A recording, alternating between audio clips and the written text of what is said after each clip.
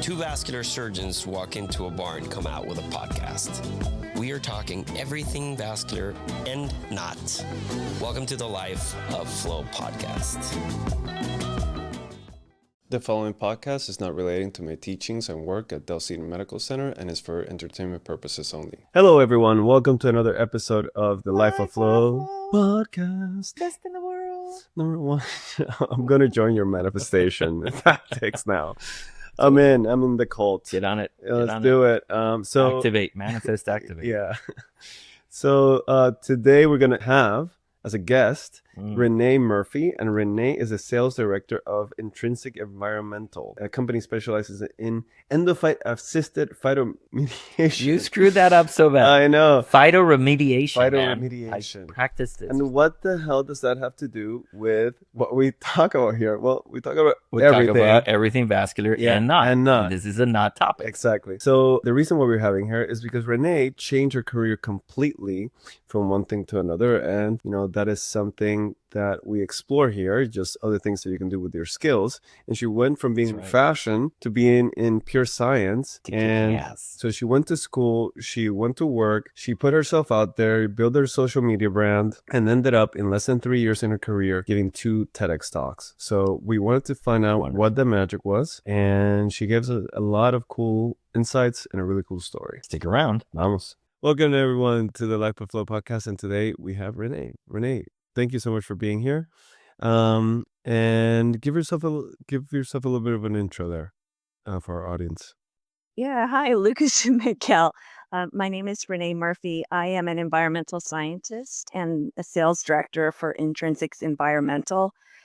We work in the environmental cleanup space. So we basically use the power of nature. We take plants and microbes and this sort of symbiotic relationship that they have together, using these specialized microbes that help break down contamination. And we leave contaminated sites with beautiful forests or native restoration. So it's an awesome job to be working in science and also focused on kind of healing the environment. But I think what's a little bit interesting about my background is I've been in this space for about 3 years. And I completely transitioned and did a pivot in my 40s when I just realized I couldn't be in the fashion industry anymore. It felt very toxic to me. My family relationships were strained. I had anxiety all the time. I really felt like, and having a daughter, felt like I was selling the wrong things. I was selling this idea of consumerism and spending a lot more money for your weddings than you should be. And it just started to eat at me. And the more time I spent out in nature, I felt this peace and this calm and like I was being healed by nature. And before you know it, after a few years of that, I walked away from my business and said, what's next? How am I going to spend the rest of my life? And it was through just a chance visit to NASA in Houston. And scientists there were talking about how they were trying to grow plants on Mars. But the soil is contaminated. And through this process of phytoremediation, plants have the power to clean toxins out of the soil. And it was that moment I said, I'm going to go be a scientist. But the one thing that I took with me from the fashion industry is that we're all very strong marketeers. And I took that skill and brought it to environmental science and was able to use that skills really to, I think, send my career off in a completely different trajectory. So you basically use the marketing tools that you learned in fashion to kind of drive your career in this new field and also get opportunities for yourself. Absolutely. And can you tell us some of the tips and tricks that you learned and that we who are also in the science field can use to kind of reach, same heights? Maybe before we dive into the more specific things, I'd love to know a little bit more about what that transition meant for you, because I feel that it's a huge shift, right? I mean, we're talking about, you spend the majority of your life in one part and then all of a sudden you're going to change into some part. And of course, with the challenges that may come, right? I mean, the challenges at a personal level, at a professional level, at a even peer to peer level, I would expect that there's going to be a lot of these things that you're going to have to take head on. And if you don't mind, I think that really is an ode to your um, resilience as an individual to say, you know what, I'm not only gonna do this, I'm gonna be the best at this, and I'm gonna refurbish the business and then repackage it and show it to you in ways that you've never done it, which is gonna make a lot of people go like, "What in the world?" Hmm. I'm Right. sure, Yeah. and I don't, and like again, this is just from a 30-second Yeah. interview that we've done, but I already can see how you probably raise a shit ton of eyebrows, in a good way, in a good way. So tell me a little bit of how that how you got yourself to just believing in yourself, working in yourself, getting to that point that you said, you know what, screw what others say. I'm going to do this and I'm going to show that I can be successful at it. I don't know if you could explain that better. Specifically, recently leading a conference and having someone come up to me and say, "Didn't think you would last," and then he was now asking for a job Oh, wow. in our company, and that to me was um, kind of poignant at a point where you feel things when you join an industry, and you feel where you're accepted, and you feel where you're not accepted. But that was basically like, wow, It like was a I even did validation. to It was a, transition the crustiest, yeah. crustiest uh, of people in my opposition. So that was interesting this past weekend. But What a huge when I, validation. Good for you. sorry, go ahead. No, I said, what a huge validation. Like, it Yeah, really is. it was. And I will tell you, and I don't want to position this as if, I didn't have support and I didn't have, everyone was against me. That definitely wasn't it. I think it makes everybody very uncomfortable to see bold change. Mm. And we have this idea that we have to, I don't know, be in the same career our entire lives. And I think everybody goes through points where they, oh gosh, do I really have to do this the rest of my life? Or is this it for me? Or, if people like my kids were getting to the point where they were, almost ready to leave the house. And, um, just it forces you to relook at your life again because you're not constantly focused on raising your kids. Um, and when I left my career, I had to leave every part about me there. I mean, even how women dress very important to us. It's a big part of how we perceive ourselves. My entire closet was black clothing, um, Yeah. and just trying to transition into a pair of jeans and a work shirt, a plaid shirt, like that was an incredible transition for me. And but I stepped into that role 100%. And keep in mind, I was going back to grad school. So I was going back to school with, 20-year-olds. And I think that is one of the things people are afraid to do is go back to school because they're afraid to be that old person. Um, and I used what I had, the knowledge that I had from being an older person to how to continue to leverage that. There were so many opportunities that were underutilized by the kids. I don't mean to say kids, adults in their 20s, because they don't know how to leverage contacts. They don't know how to leverage their relationships with their professors. They don't know how to ask for, I want to be a part of that trip. I want to apply for this scholarship and go to this conference. And I really dove in 100%, and almost felt like I lived at the school at some points, whether I was working at the lab or working at the farm. And I, it was Cal Poly Pomona. It's a very large amount of Hispanic kids going to that school. And so I really kind of sometimes felt like, I was a little bit different, and I was walking on a farm wanting to ride tractors and learn how to farm hands on for my research. And the looks were like, "What are you doing here?" What is this Uh, crazy lady doing here? yeah, and that was the initial, and I did get pushback, but I'll tell you, those people who gave me the pushback after they saw my work ethic and my desire to really evolve my life and the passion that I did have for being there, they turned around to be my biggest cheerleaders. So sometimes even when you initially get that opposition, I think people are mirroring themselves Hmm. and Oh yeah. not necessarily you. Mm-hmm. So I really had to start learning how to not take things personally and realizing I was learning a whole new way of speaking and how was I going to make my way in this world? And I had some incredibly influential professors who really, I believe, pulled me up and continually told me that I could do this, that I was they saw the passion, and that really drove me because when you get you only need a little, you don't need a lot.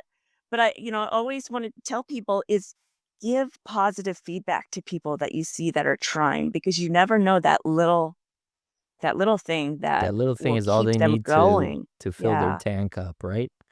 Yeah. Tell me, share with us, with our listeners here, a story of a mentor that was really important for you. Maybe not details on who that was, but maybe a really important mentorship moment when you were maybe down that really picked you up. Go into the weeds of that. Oh gosh, I've had several really great mentors, but I will tell you, I think anybody who's trying to transition into a new field, they should have mentors. They will need them. I I actually got a mentor that is considerably younger than me, which is very important to me because with a strong marketing background, because uh, being 51. Um, we're trying to catch up with everything that's been going on, all the transitions over the decades. And I just hate it when I hear somebody say, I'm too old to learn that. That's just not true. Look at what we transitioned over the decades of our life from not having internet to computers and now AI. We should be learning those things just as quickly as our 20-year-old counterparts. But one of my mentors is someone, like I said, considerably younger, but with her fingers on the beat of what is going on and with the newest, freshest ideas on how to do things. Uh, and I can see myself in her. And that really not only helps keep me young and I think keeps me fresh, but it shows me ways of doing things that maybe people in my circle have no idea about. Not to mean I don't have mentors in that are older than me and in my circle, I do, but they're for different things. And sometimes we need more Mhm. than one mentor, Yeah, yeah. especially with someone like me who has so many different personalities. I'm in But this sort I of love the regimented field, but I have this other creative side of me that I'm trying to bring into our world. I love what you with this thing, this notion that there's no age for mentorships, Yeah, and that's true because really the it is hope. dogma is probably that we all, seek, older, more experienced people that become an inspiration to us. But at the end of the day, a mentorship is that, right? It's somebody that's showing you a light. It's somebody that's showing you a path that you may not be seeing, or somebody that's going to give you a little push when you need it. And there's no age for that, right? I mean, it could come from sideways or from below. It is that person the right person on your path? And did they become influential for your career, for your persona, for all these things? So And we can get in our own heads again, especially as women. And again, just speaking because I am one, how much we get in our head and the judgment of ourselves when we're using tools like social media, LinkedIn. Uh, we judge ourselves tremendously. We feel like I'm the only older person out here, and that's just not true. And so I think it's important too is who are you absorbing? You should be absorbing as many people your own age too, so that you do feel like, hey, I'm not the only one here. But having this mentor and her name's Courtney Johnson. I should just say what her name is. Uh, Oh, I think but I know having her. her oh, as a mentor, really? Oh, she's a friend really, of do the you guys do pod. you guys know her? Yeah. We Do you know guys her know her? well. Yeah. But Hmm. having her as a mentor, it helps me also not feel alone in this space, this creativity space that isn't necessarily understood in my industry in science. Um, so always having somebody who I can talk to, and let's be real, even the people around me on a daily basis don't understand what it's like to live in this world of, again, social media and LinkedIn and to everybody, it's just like, oh, TikTok is just for dances. In fact, that's probably one of my favorite things to mention when I am at a science conference is the news and such that I get on TikTok, because I just love to see their reaction. Can you It's kind of cool that you were you were like in school, you were kind of like the older lady in school. You kind of mentioned that, and then now you're like in the science side of things. But I bet you that now you're seen as the little kid. Now you're seen as the why who is this old lady that's bringing all this TikTok jazz in here and trying to jazz things up and like, you know what I'm saying? So you flipped that script like that. You were from the old lady that Well, had to keep up to now everybody no, keep I up will with tell me. you, my TikTok is actually very much on the down low. I don't advertise that. If you look, you will find it. But what I use TikTok for, okay, so again, I've transitioned into this career and openly putting out what work I was doing. And I graduated during COVID and went to work for a native plant nursery, which was incredible, learning about how important native plants were for the environment. And I loved my job. I relocated out in the middle of nowhere in San Diego County and really, again, dove all in being the sales director there. But started working with an indigenous tribe and came across some research that had been done on these salinity treatments on these desert trees we were trying to grow. So I pitched to them, let's do this research trial. Let's get these trees acclimated and in this very difficult to grow toxic space out in the Salton Sea. So just all the difficult things, but see how it was starting to align with my future career, and I didn't know it yet. It was sort of like that being in flow. I was starting to get in flow there, and it was telling me to do this research. And I had this passion for research and helping these different communities, and also trying to solve this problem of how to get these trees to grow in this toxic area. Uh, and I posted about it.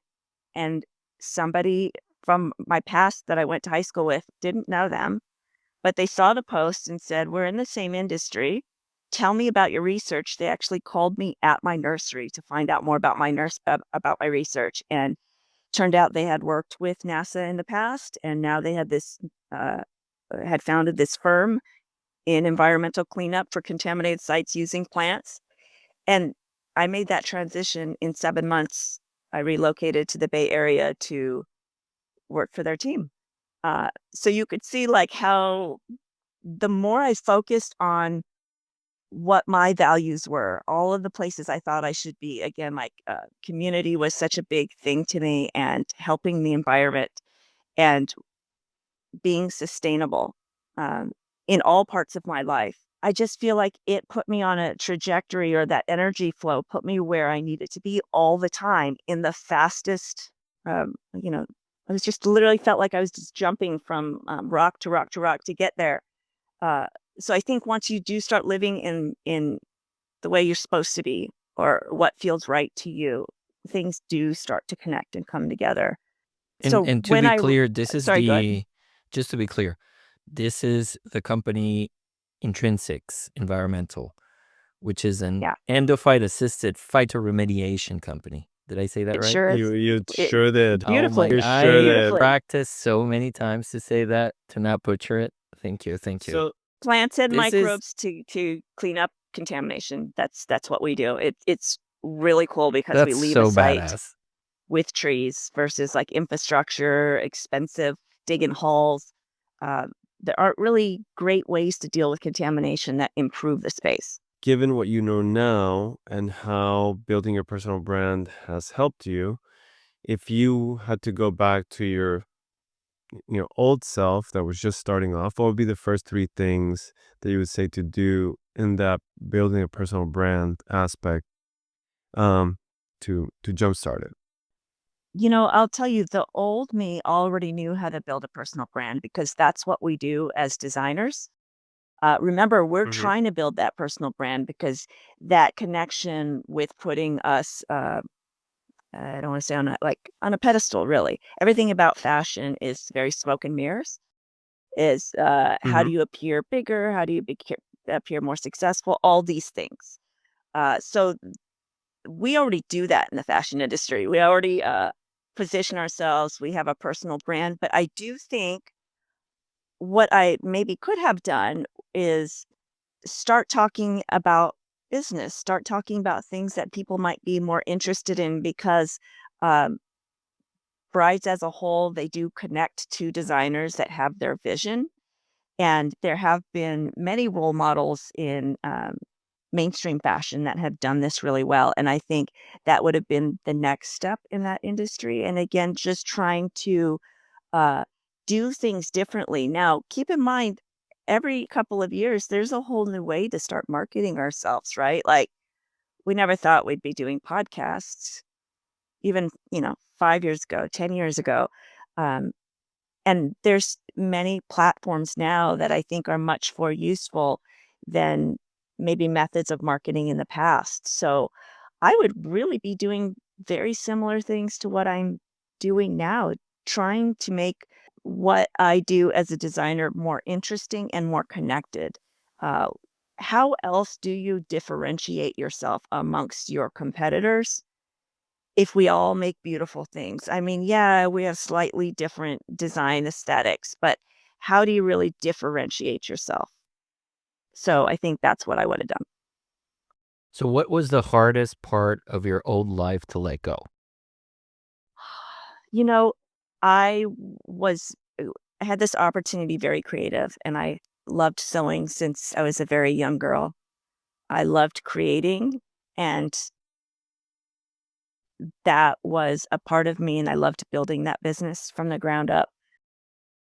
I wish I'd gotten a mentor during that time. Again, that would have been really helpful, I think, on the business side to really show me how to do it faster and not the most frustrating way when you're just learning how to do it on your own. Um, but I'll tell you, I have found that same creative outlet in what I do now. And a few months ago, when my daughter graduated with her degree in neuroscience, I got to make her graduation dress. And my mom said to me, "This is the first time I've seen you so happy sewing again, just like when you were a kid." So that made me realize just because I don't do it for a living doesn't mean I can't do it for the people that I love I, and I was enjoy it for what it I is. was about to say that. Yeah. Yeah. I was about to say that it seems like what was the hardest to let go maybe is the hardest to let go because it was a business at the time, right? Because it was what you had to substantiate your life. But now it's the easiest to retain, potentially as an emotional connection to those who you love the most. So it sounds like you don't have to forgo it, right? Like it can still be using your hands to create because I find that a trait of beauty. I mean, people that can build a beautiful dress, I find that just amazing.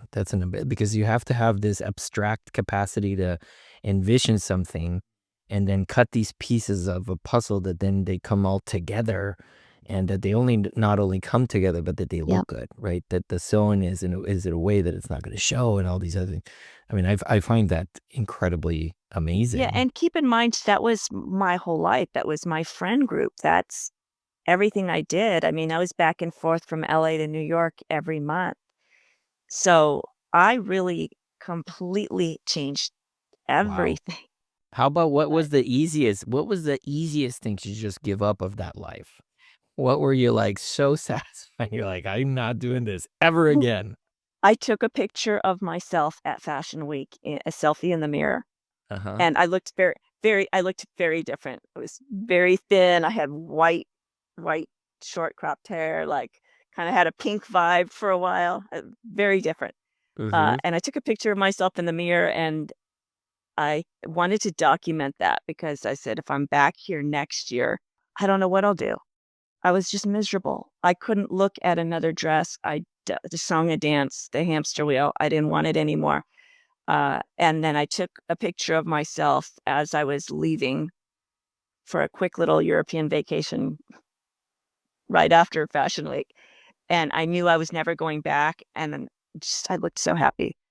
Um, So the easiest thing for you to let go was of that version of you. It was. essentially. That's That very and interesting. everything was, scary, but, like, I had this new horizon, like, what was I gonna do now? Yeah. There's something about that that's incredibly freeing, and just to figure out, like, what do I love? What do I wanna do? And I was like, "Plants, it's gonna be plants." Could you see yourself changing completely? Not being a Oh my surgeon? God, yes. Yeah. Oh.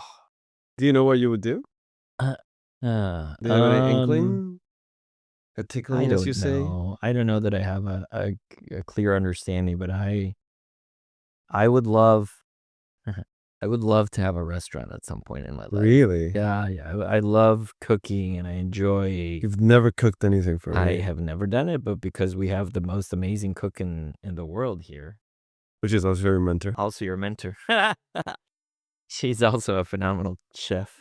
But Lucas, I love that you asked that because that was my question, is to ask you two what you would do if you decided vascular surgery wasn't it anymore. well, I already decided that out way a while ago. I just have to get out of it. Yeah. I love operating. I So love entrepreneurship. I just love yeah. business. You know what I've gotten really, so to make this podcast sustainable, we have people that help us and we have to pay them.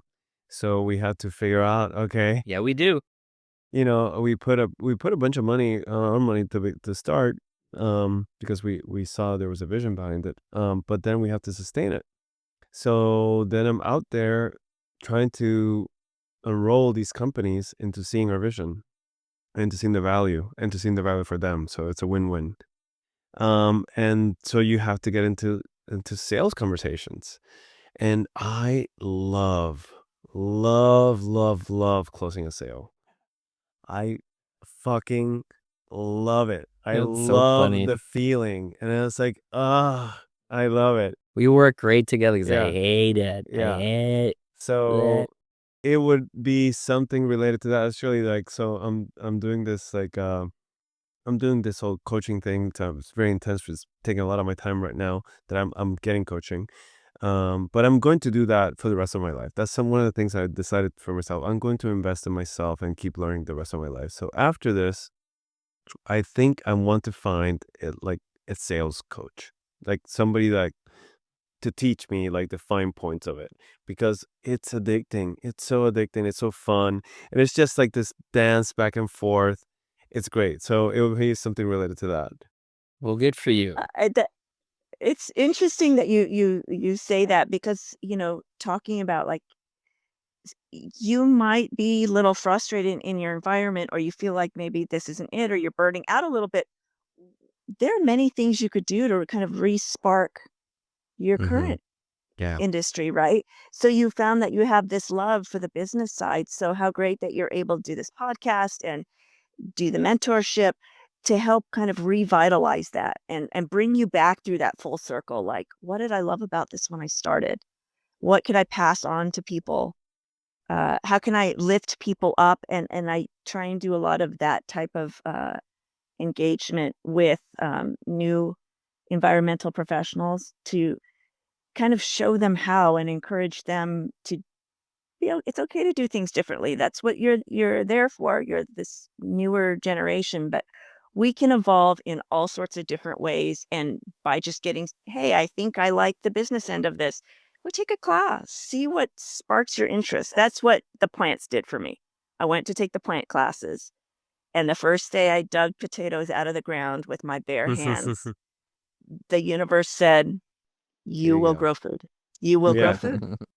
You're going to So do that." That's awesome. tell me this. What was, as you become clearly an inspiration for other scientists in essentially learning how to brand yourself and how to relay information in a more novel way.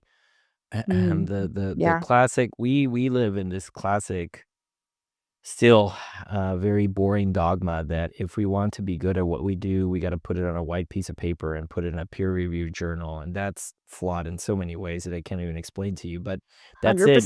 Your 100%. your validation. No, like to the point that now you like pay them to publish your work, Mm-hmm. and so who understands that? But your validation comes with, how many times your name's been on a paper, or that really is what represents you. It gives you an opportunity to go for the next one. But you're really, you said there's a way that we can deliver this, yet being still professional, yet being still scientific.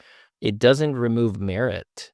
It's just the new way of relaying an information that people may be willing to look into, and then quite frankly, it may propagate quicker than hiding in an article that nobody's ever going to read. First, And first of so, all, I have yeah, to tell me. commend you on your use of propagate. Thank you. Thank you. But I think you're absolutely right. I think again, we're afraid of change. Most people don't like change, and the idea that there are other ways to disseminate information. I think as scientists, it's easy to stay very siloed and to talk to each other. But who else are we talking to? And I think that's one thing I've always been very good at is understanding that I could be the bridge between science and everybody else, because everybody else needs to hear this science. And let's be honest, everybody loves science. If they understand it, everybody lights up. I've never met a person who's like, yeah, I don't like science. But Mhm. everybody loves it. They loved it since they were a kid. So if you can bring that spark out in people and speak to everybody in the room, this has been one of the things I've been trying to work on with my team, and just outwardly what I put out there is let's speak to everybody. Let's get everyone involved. If we're trying to, again, for me, I want to change the environment for the better. The more troops, the more people I can inspire, the more people that will bring people to us, the better. And so, why keep it just in one exclusive space if I could send it to the world? Uh, I've been able to travel extensively to South Africa and work on our very first installation there in South Africa. And I can't tell you how good that feels for me, because it was like, through that outreach and through that business development and being able to keynote speak at their conference, because I said to them, I want to speak very simply about this because most people just don't even know what this is. So we need to start there. We need them to understand it and to love it, and then teach them the technical portion as they're ready for it. Uh, so it's a different way of doing things, and it also makes people step out of that cloak of academia, which I think introverted people tend to be drawn to academia. Um, but when you talk to them socially, their personality comes out, and they're excited about what they do. You see the love that they had from the very beginning, and that's kind of what I'm trying to bring to them is a little bit of storytelling at this technical conference will not hurt anything. And I do kind of throw in a little story here and there because I think it makes me more interesting. And also, I think there's this level of, we don't really speak when you're new in the industry. And how else I can't compete with people who've been in the industry for 15 years. So I lean into what makes me different. And that's that I have a new voice. And I have said, even in South Africa during one of my talks, I may not say everything perfectly right, but that that's okay. I That's fine. you know what I mean. Let's talk about it. Let's have Hmm. a conversation. Um, and we have to stop thinking about ourselves and start thinking, what am I bringing to this audience? And am I speaking to every single person in that room?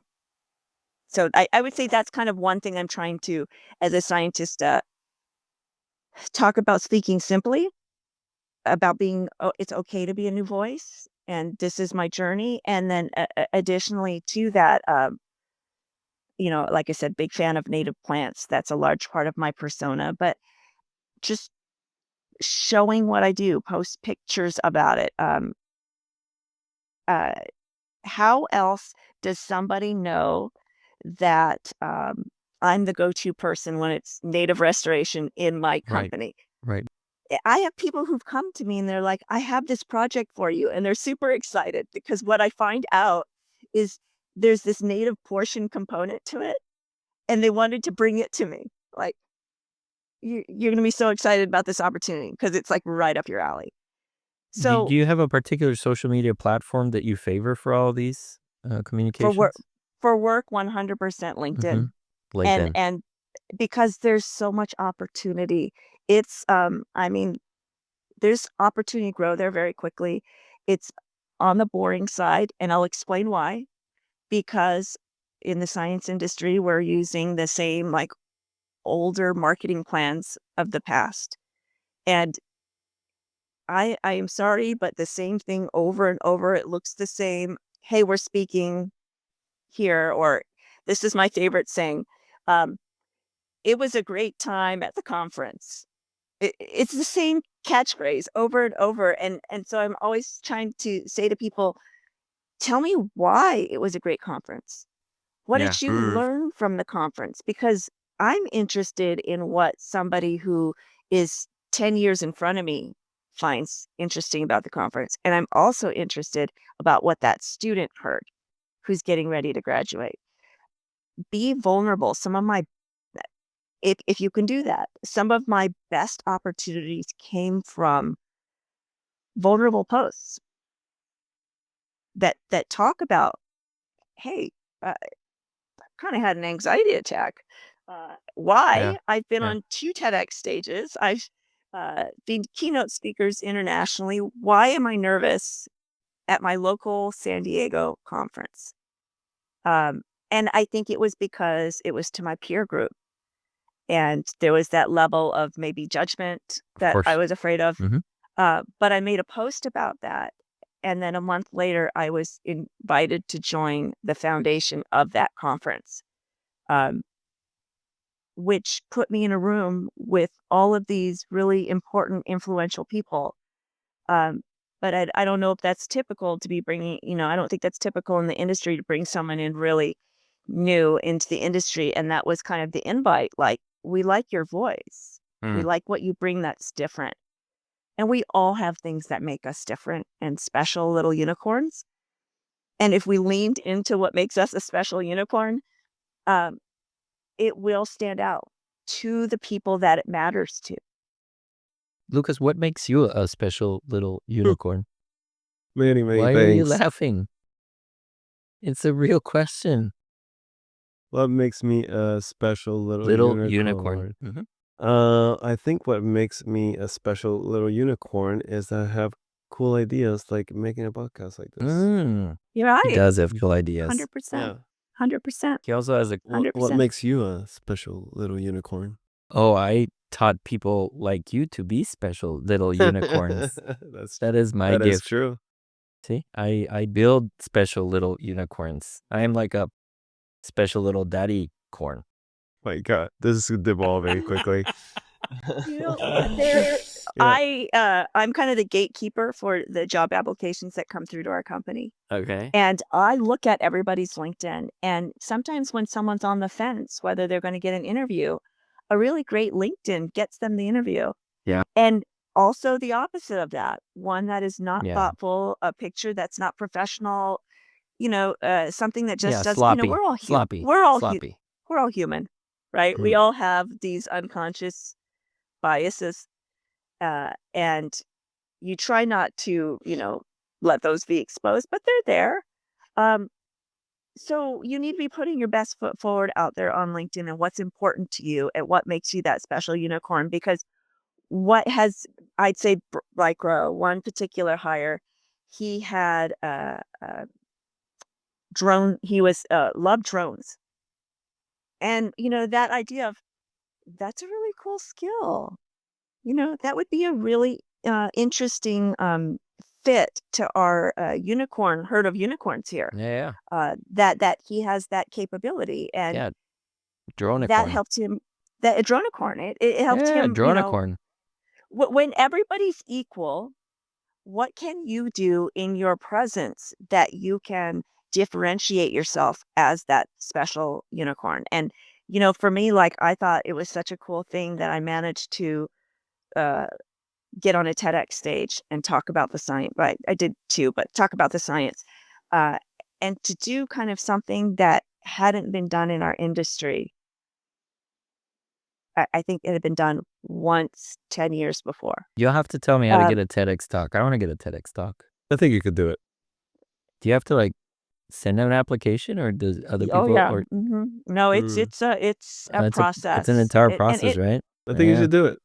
Spend the it's a time. process, Apply but for it. I'll apply if for it. that's what's in your heart, you absolutely should go after it. Yeah, I'll be Um, a TEDx corn. but I think there are tips and tricks that can help. Again, how I'll do you get with market you. I'll yourself? get with you offline. Yeah, I'll get let's with you. talk. But Yeah. But I'm very intrigued by there one person that in this algorithm we haven't talked about, but I think it's a really interesting thing to talk about, which is your boss. Because whoever hired you had to have a vision and the audacity and the capacity to say, I'm gonna roll my dice on this person. Because really, I mean, giving an opportunity, that is a big deal. And then giving the sale, like the more important sales, and then now you're like hiring the people, like you are so important for this company that whoever your boss is, I want to know a little bit about him or her and how that went down and what you think about them. well, I have to give credit to two different people, because there Okay. was, again, the friend, the acquaintance that I went to school with that saw what I did, Yeah. Yeah. and he directly picked me up and said, let's look at doing some research together with your salt and seed trials. So Mm-hmm. he got to see my work ethic, and I got to learn there was no indication that I was going to be working for him. It's just their company then needed somebody who had uh, the skill set of being able to go out to the field and collect data and this type of thing. And they also thought they needed help with marketing. Uh, but when I was actually presented with the position, they said, well, we want you to be our marketing team leader. And I looked around and I said, what team? A team of one. Uh, Yeah. but looking at the job descriptions, plural, uh, yes, I should be your environmental scientist, because that's the work you're having me do. And I have a master's degree in plant science. Secondary, I will grow into a sales director position here because we need one. And this is where my skill set is. And although I don't believe I can do this stepping on the floor, I can transition into this beautifully. And that is, and again, having a great team that was willing to um, take a risk on me, because Yeah. I was the first female to join the team. So that was hard and a transition for all of us. And I think it's working beautifully now. But in addition, our owner, he gave me the best opportunity of my life, because he had come from working with NASA. And he said, as he was younger, he would get sent out to conferences, and he'd be wearing the jacket with the logo. And the level that you feel you need to rise up when you're wearing a company logo just takes it next level. The opportunity came through to speak in South Africa for a conference right after COVID, and it was turned down. And the owner, he said, send Renee, because I had already showed them that conferences were my jam. This is what I know how to do. This is very much like Fashion Week. Uh, I know how to do this. I know how to use CRMs. I know how to do all the marketing, the advertising. I changed, the first time we had a booth, I brought in all of these live plants. I'm like, trust me, in an environmental conference, this is going to stand out. Sorry, in an engineering focused conference, this will stand out. And we saw the fruits of that labor. And so they trusted me a little more, trusted me a little more. And so when that opportunity came up, my boss was like, send Renee. That's so And cool. a couple months later, they said, will you be our keynote speaker? And after that, Boom. my career took off. Sky's the limit. Well, That's that an amazing is story. very inspiring, and I appreciate you sharing that, and I appreciate you even more so inspiring others. To your point, life, life is long enough to change a few times. What's wrong, right? Have fun, reinvent yourself, do different things, learn, certainly. I mean, carry on. That's what the wealth of knowledge and experience, that's what the white hair helps us with. Not that you have any, you clearly look amazing. But experience gives you, wealth, and you transfer that on to the next thing and the next thing and the next thing. I mean, maybe you'll do plants for a few years and then something else. But this is great. This is a beautiful story. And we'd like you to come again and tell us a little bit more about what's happening. Yeah, let's update I'd, in a few I'd love months. Have to. you come back and give us a little update. I think it's so important that all of these great things that our medical professionals are doing need to be talked about, and in ways that are more comfortable and more of a safe space to just be yourself. And I think if more people embrace these different platforms, they'd see that they would just open up opportunities for themselves to just inspire them or evolve them or make a complete career change like I did. But don't sleep on LinkedIn and all of these cool new ways of getting out into the world. Um, Yeah. Get out there, be yeah, unique, be and yourself, and yeah, see the just fruits of it. yeah, That's it. absolutely. Skills are skills. Doesn't matter where you are. Just use them and be creative. And let's change the world together. That's it. Let's do it, Be Renee. a better person, right? Well, Make the world a better place. thank you for coming to the podcast. Appreciate you. Thank you. And we'll see You're you in awesome. the next one. Thank you. You're Thank you awesome. very much. Thank you.